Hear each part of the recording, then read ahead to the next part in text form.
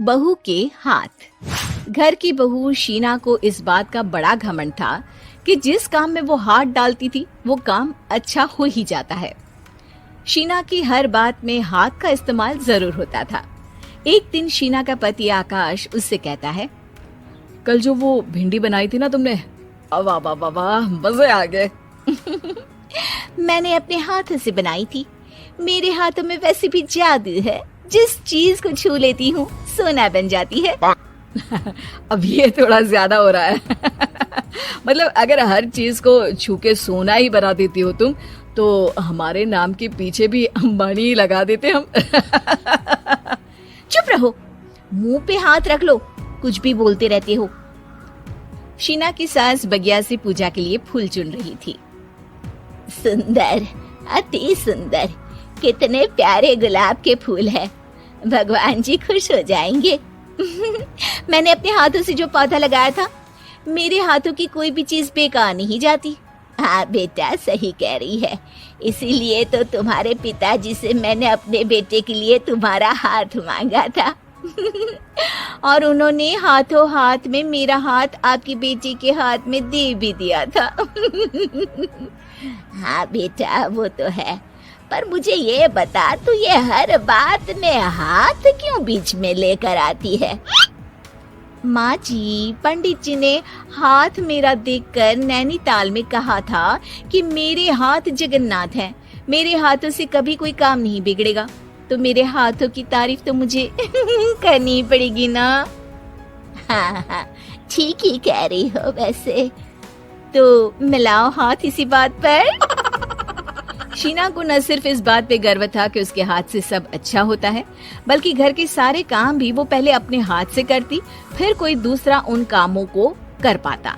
एक दिन शीना कपड़े धो रही थी। अरे घर में वॉशिंग मशीन है तो सही, खुद क्यों थक रही हो? कपड़े पहले मेरे हाथ से धुलेंगे, फिर वॉशिंग मशीन से।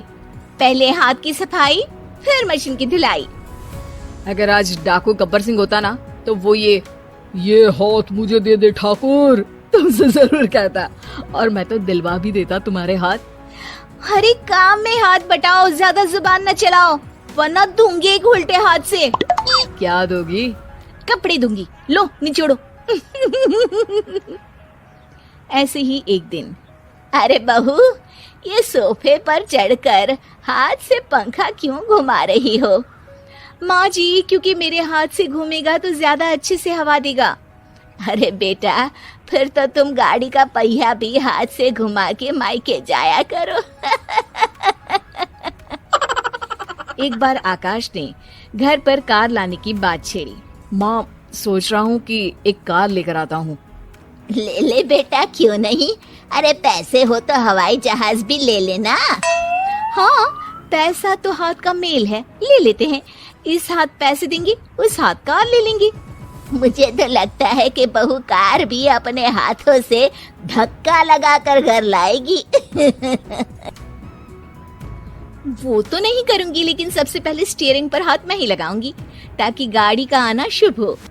अरे घर ले आने तो दो, फिर हाथ लगा लेना। लेकिन शीना नहीं मानती। अगले दिन ही सब कार लेने जाते हैं। शीना सेल्समैन से कहती है, भैया ये कार बहुत पसंद है, पैक कर दो। अरे ओ भाग्यवान, 2 मीटर कपड़ा नहीं है जो पैक करवा ले, जरा चला कर तो देखने दो। यस सर, बिल्कुल, टेस्ट ड्राइव कीजिए ना। अरे नहीं नहीं, सबसे पहले मैं हाथ लगाऊंगी गाड़ी को, मेरे हाथ अच्छे हैं। अरे यार, हाथ तो मैं भी धोता ही हूँ, और आजकल तो सैनिटाइजर से भी धोता हूँ। मेरे काम में हाथ ना अड़ाओ। अरे टांग ना अड़ा होता है भाग्यवान, हाथ नहीं। शीना ड्राइविंग सीट पर बैठ जाती है और आकाश उसे गाड़ी के फंक्शन समझाता है। देखो शीना, ध्यान रखना, ये है स्टीयरिंग, इससे राइट लेफ्ट जाएंगे। ये है एक्सेलरेटर, इससे स्पीड कंट्रोल कर सकते हैं, और उसी के पास में है ब्रेक, जो तुम्हारी जुबान में शायद मिसिंग है। ठीक है, ज्यादा भी सिखाने की जरूरत नहीं है। मेरी माँ तो कहती है कि मैं अगर अपनी शुभ हाथ लगा दूं तो जग घूम जाए, तो ये स्टीयरिंग क्या चीज है?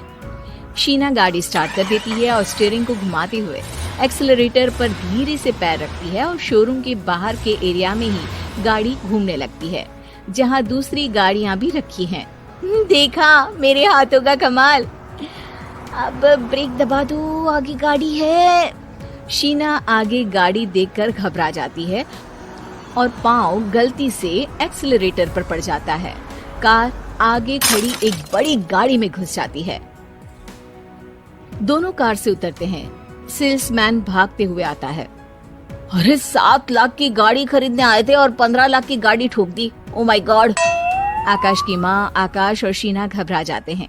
इतना सारा पैसा कहाँ से आएगा? तभी वहाँ मैनेजर भी आ जाता है। पूरा माजरा समझता है।